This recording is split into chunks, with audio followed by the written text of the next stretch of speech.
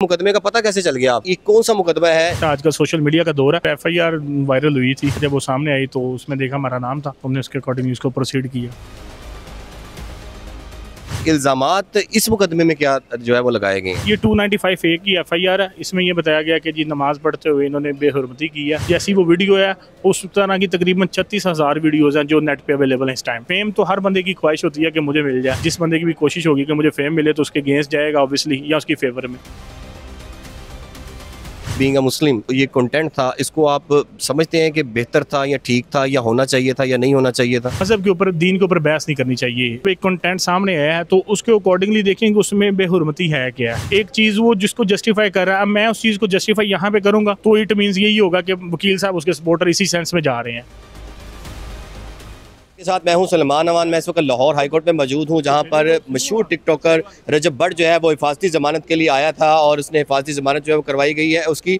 और उसमें मुकदमा जो कराची में दर्ज किया गया है उसके खिलाफ नमाज की बेहुरमती के हवाले से हमारे साथ उनके वकील जो हैं वो मौजूद हैं, उनसे बात करते हैं। अच्छा सर, बताइएगा कि ये कौन सा मुकदमा है जो सबसे पहले ये बताइएगा कि मुकदमे का पता कैसे चल गया आपको? सर एफआईआर वायरल हुई थी तो वो उसके हमने देखा, जब वो सामने आई तो उसमें देखा हमारा नाम था, तो हमने उसके अकॉर्डिंग उसको प्रोसीड किया। अगर इस तरह के मुकदमात हैं कराची में तो फिर तो किसी और ज़िला में भी हो सकते हैं, तो आप वो सारा कुछ चेक कर लिया? सीआरओ वगैरह चेक किया आपने? सीआरओ तो मुलज़िम का बनता है, लेकिन अच्छा। अभी खैर वो बना नहीं है।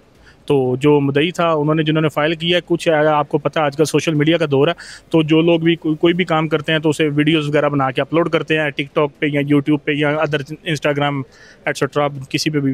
तो इस तरह जो मुख्तलिफ बताते हैं कि जी कंटेंट्स बनते हैं जिनके कि हमने फ़ाइल किया है, तो हम कोशिश करते हैं कि उसको सेव कर लें ताकि हमें बाद में पता हो कि उसको किस तरह लेके चलना है। अच्छा, ये बताइएगा, हिफाजती ज़मानत के लिए लाहौर हाई कोर्ट में वो रजब भट्ट भी सुबह पेश हुआ है। ये बताइएगा कि इल्ज़ामात इस मुकदमे में क्या जो है वो लगाए गए हैं? ये 295 ए की एफआईआर है। इसमें ये बताया गया कि जी नमाज पढ़ते हुए इन्होंने बेहुरमती की है और इनकी वालदा जो थी वो कह रही थी कि सबा जान की कॉल है।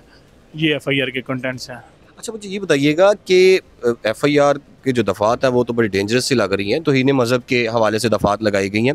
ये बताइएगा, पैटर्न तो हमने अमूमन ये देखा है कि जब किसी के ख़िलाफ़ दरख्वास्त आई होती है तो तफ्तीशी उसे कॉल करके बताता है कि आपके ख़िलाफ़ ये दरख्वास्त आई है, तो आप अदालत में थाने में पेश हों, और बैठ के बिलमुशाफा भी करवाई जाती है। 3 से 4 मरतबा कॉल्स की जाती हैं, उसके बाद नोटिस भेजे जाते हैं, समन भेजे जाते हैं।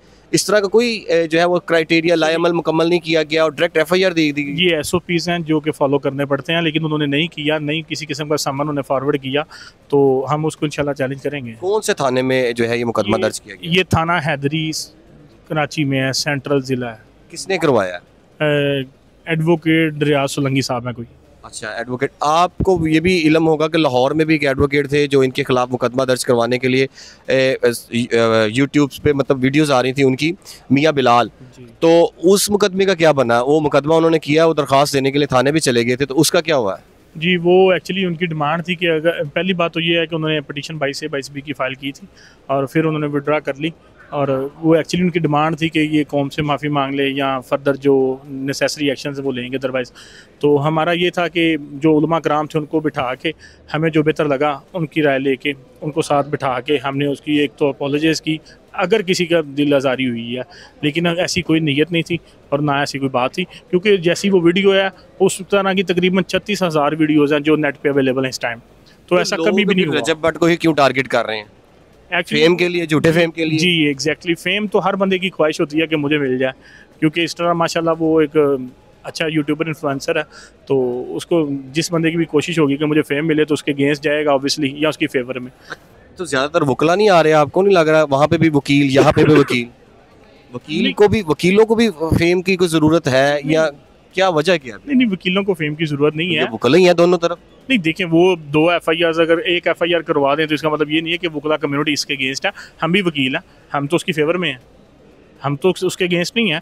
लेकिन ये है कि जो उन्हें बेहतर लगा, हर एक इंसान की अपनी एक विल है, अपनी मामलात है, उन्हें जो बेहतर लगा उन्होंने उसे अडॉप्ट किया। उन्हें बेहतर लगा कि हमने उसके अगेंस्ट जाना है, उसके अगेंस्ट एप्लीकेशन फाइल करनी, उन्होंने उसको प्रोसीड किया। अच्छा, ये बताइएगा कि फैमिली व्लॉगर्स हैं, आपको क्या लगता है फैमिली व्लॉग्स के दौरान इस तरह की जैसे नमाज की बेहुरमती, क्या आप खुद बीइंग अ मुस्लिम, क्या इस जो ये कंटेंट था इसको आप समझते हैं कि बेहतर था या ठीक था या होना चाहिए था या नहीं होना चाहिए था? देखिए, मैं मज़हब के ऊपर, दीन के ऊपर बहस नहीं करनी चाहिए, पहली चीज़ तो ये है। और दूसरी बात ये है कि अगर मतलब एक कंटेंट सामने आया है तो उसके अकॉर्डिंगली देखेंगे उसमें बेहुरमती है क्या है। एक चीज़ वो जिसको जस्टिफाई कर रहा है, अब मैं उस चीज़ को जस्टिफाई यहाँ पे करूँगा तो इट मीन्स यही होगा कि वकील साहब उसके सपोर्टर इसी सेंस में जा रहे हैं, ठीक है। वो कंटेंट जो बनाया 1.5 साल पहले बनाया, 2 साल पहले, सॉरी 2 साल पहले जो बनाया कंटेंट, उसका जो वो वीडियो वायरल हुई है उसमें वो नमाज अदा कर रहा है। नमाज के मामले में उसने कुछ नहीं किया, नमाज वो अपनी अकॉर्डिंगली एज पर शिया सेक्ट्स वो पढ़ रहा है और वो उसको कंप्लीट कर रहा है। अच्छा, मुझे ये बताएं फिर ये जो वीडियो वायरल हुई वो तब तो कुछ किसी को होश नहीं आया, तो फिर तो इसका मतलब मियाँ बिलाल ने ये इशू उठाया था? जी, सबसे पहले मियाँ बिलाल की तरफ से ही आई थी, लेकिन उन्होंने एक चीज़ जो कंडीशन रखी थी कि अगर फील दिल आज़ारी हुई है तो बेहतर यही है कि, और ये अच्छा हल है कि अगर इंसान को महसूस हो रहा है कि उसकी दिल आज़ारी हुई है तो वो सबसे पहले अल्लाह से माफ़ी मांगे और देन वो कौम से माफ़ी मांग ले अगर महसूस करें तो।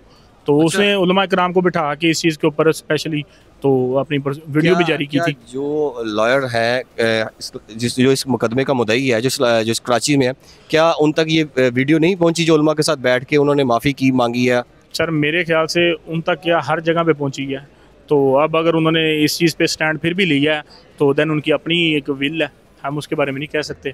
तो अब जो हमें बेहतर लगेगा इंशाल्लाह हम वो करेंगे। अच्छा, मुझे ये बताइएगा कि रजब भट्ट के खिलाफ ना वाइल्ड लाइफ में एक मुकदमा दर्ज कर दिया गया था, उस मुकदमे का स्टेटस क्या है? वो माशाल्लाह उसमें क्विट हो चुके हैं और क्विटल उनकी होगी। अक्विटल तो हो गई है, लेकिन आपको ये भी अक्विटल के बाद सीआरओ में तो ये आ जाता है ना कि अक्विटल नहीं, वो जो रिकॉर्ड में तो आ जाता है ना, रिकॉर्ड में जो एफआईआर है उससे रिलेटेड आएगा, जो प्राइवेट कंप्लेंट में इस्तगासे में होता है उसमें नहीं आता। अच्छा, मुझे ये बताइएगा कि 40 अगर रजब भट्ट आज हिफाजी ज़मानत नहीं करवाता, ये मुकदमा कब हुआ था और 40 डेज़ बाद तो कोई भी मुलज़म जो है इश्तिहारी करार दे दिया जाता, तो आपको कैसे पता लगा और कितने दिन हो चुके हैं अभी? 15/1 को ये एफआईआर लॉन्च हुई है और हमें कल परसों रात को पता चला है, तो हमने कल फ़ौरन हाई कोर्ट में, क्योंकि हम चाहते हैं कि हम कॉम्पिटेंट फोरम के आगे जाके खुद को सरेंडर करें और अपनी बेगुनाही में सबूत दें। नहीं, अगर आपको पता ना चलता तो इसका मतलब रजब भट्ट तो इश्तिहारी हो चुका था। ऑब्वियसली बिल्कुल इसी तरह है, वो इश्तिहारी हो जाना था क्योंकि पहले भी उन्होंने एसओपीज़ को फॉलो नहीं किया, तो अब भी यही तरीका होना। पंजाब पुलिस तो अपनी रवायत बरकरार रखे हुए है, यहाँ तो चले हैं ऐसे मामले, सिंध पुलिस भी यही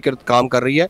आप क्या कहेंगे आला हुकाम से कि भाई जो जिस पर इल्ज़ाम लगाया गया उसे बताया भी नहीं गया और दूसरी तरफ मुकदमा दर्ज कर लिया गया, और वो भी तौहीन मज़हब की दफ़ात के तहत, यानी कि उसकी जान को ख़तरा भी हो सकता है। जी एग्जैक्टली, आप बिल्कुल सही फरमा रहे हैं।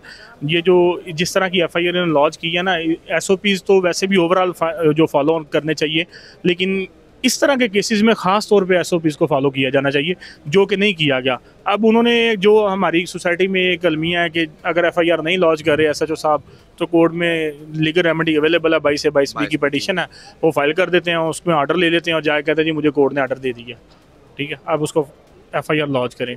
और उसी तरह उन्होंने किया, लेकिन हमें उस चीज़ का क्योंकि नॉलेज नहीं था इसलिए हमने उसको कंटेस्ट नहीं किया। मैं कह रहा हूँ कि ये तौहीन मज़हब की दफ़ात लगाई गई हैं, तो आपको पता है कि यहाँ पर ऐसे भी लोग हैं जो कि इस हद तक आ जाते हैं, किसी की जान लेने तक आ जाते हैं, तो तौहीन मज़हब की दफ़ात लगाई। और इस तरह आपको क्या लगता है कि पुलिस की जानिब से ये पैटर्न ठीक जो है वो अपनाया गया है? नहीं, पुलिस ने क्या करना है, पुलिस का इसमें कोई कंसर्न नहीं है, जो ज़ाहिर मुद्दई है उसने अपने अकॉर्डिंगली। तो पुलिस नहीं लगाई ना भाई, पुलिस ने दफात की सेंस में लगाई है, एप्लीकेशन का जो मुद्दई है उसी ने करना ना। एप्लीकेशन का जो मुद्दई है उन्होंने कोर्ट से ऑर्डर लिया है, ठीक है। अब जाहिर है जब कोर्ट से भी नोटिस नहीं आया? नहीं, हमें नहीं मिला, हमें किसी किस्म का कोई नोटिस नहीं मिला, किसी किस्म की कोई, तो कोर्ट खैर नोटिस तो नहीं करती रिस्पोंडेंट को, तो ये तो एसएचओ पे होता है कि वो में ये होता है कि एसपी तक जो है वो सुना जाता है, बताया जाता है, बुलाया जाता है। जी, तो ये पुलिस वालों की नाअहली है ना। अच्छा, आप क्या कहेंगे लास्ट में? मैं यही कहूँगा कि इंशाल्लाह ताला हम अपनी बेगुनाही में सबूत देंगे और जब को बेगुनाह कराएंगे। और फर्दर ये है कि जैसे उसने ऑलरेडी एक वीडियो अपनी जो है वो वायरल की है जिसमें उलमा कराम साथ बैठे हैं, उसमें तो माफ़ी भी की है, तो माफ़ी तलाफ़ी के लिए भी कहा। और उसके अलावा उन्होंने कहा कि अगर किसी की दिल आज़ारी हो, लेकिन मैंने दीदा दिनिस्ता तौर पर या इस तरह कोई नीयत नहीं थी किसी किस्म की, किसी के सेंटीमेंट्स मजरू हों, तो उसके अकॉर्डिंग उसने वीडियो अपनी जो लगाई है, तो इंशाल्लाह ताला हम उसको देखेंगे। फर्दर जो उसमें लीगल एक्शन बनता होगा जो हमारी फेवर में होगा तो इंशाल्लाह उसको अडॉप्ट करेंगे।